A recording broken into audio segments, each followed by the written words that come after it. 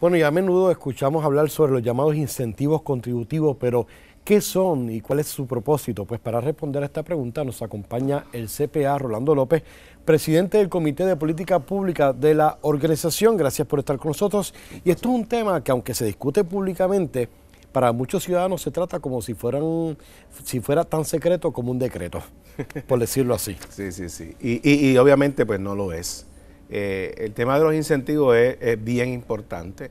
Hubo unas noticias grandes que se dieron en los últimos meses que nos causaron mucho impacto en el Colegio de CPA y nos provocan hacer esto. Uno, que hace un tiempo atrás, en septiembre, por primera vez se saca un informe que le llaman el Expenditure Report, que lo que hace es señalar o establecer allí todos esos beneficios contributivos que se dan, desde el más mínimo de una deducción hasta las exenciones y qué representan en términos del fisco. Y eso fue lo que se tituló, que costó, creo que para el 2017, unos 20 mil millones de dólares. 20 mil millones de dólares. Sí, entonces, y que se supone que si en la práctica hubiese sido exitoso, le generara al país unos 100 mil millones.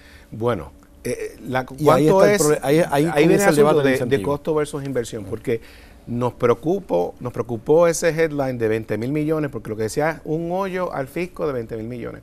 Y eso... Pero creo que no eran solamente los incentivos, eran varias cosas, entonces, pero que salían de este informe, exacto. Y la preocupación es a los efectos de que ese tipo de titular asume que los incentivos, que los recaudos esos hubiesen dado si no hubiera habido los incentivos. Y una de las cosas que hay que establecer es precisamente esa. Hay actividad económica que surge particularmente porque existen el incentivo y no necesariamente porque hubiera ocurrido de esta manera. Esa es la diferencia que hay. Una cosa es el costo de una actividad que el gobierno quiere subsidiar, que muy bien puede ser del aspecto social, y otra cosa es una inversión que el gobierno haga para producir una actividad económica. Que el caso típico que tenemos aquí en Puerto Rico pues sería manufactura y turismo, por mencionar los que son más notorios, ¿verdad?, en ese sentido. Entonces, pero el problema es que cuando se discute el tema de los incentivos, pues es algo que no se ve, cuesta, no está presupuestado y se supone que si se da un incentivo tiene que tener un efecto positivo a la economía, seguro, en la macroeconomía e inclusive en la creación de empleos.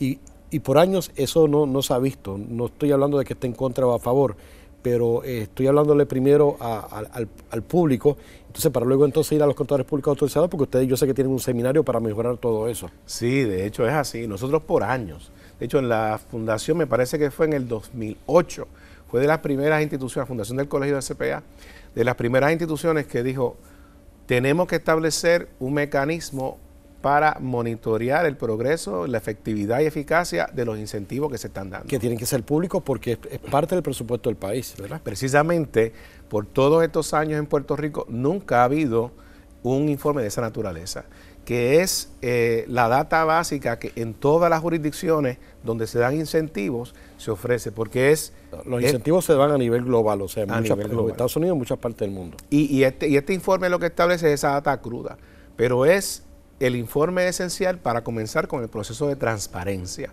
donde el público dice, esto es los incentivos que se están dando y esto es lo que representan al gobierno. Claro, que el análisis es entonces de todos esos incentivos que se están dando, sean exenciones, sean créditos, sean reducciones en las tasas preferenciales, etcétera, cuáles son efectivos, cuáles están produciendo la actividad que se originó, que se pensó en origen, que debían regenerar.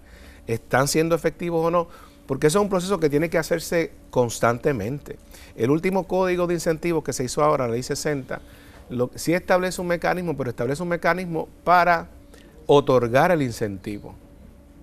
Una especie de que recordarás que llaman retorno de inversión, que hablaremos de eso, ¿verdad?, con detalle luego.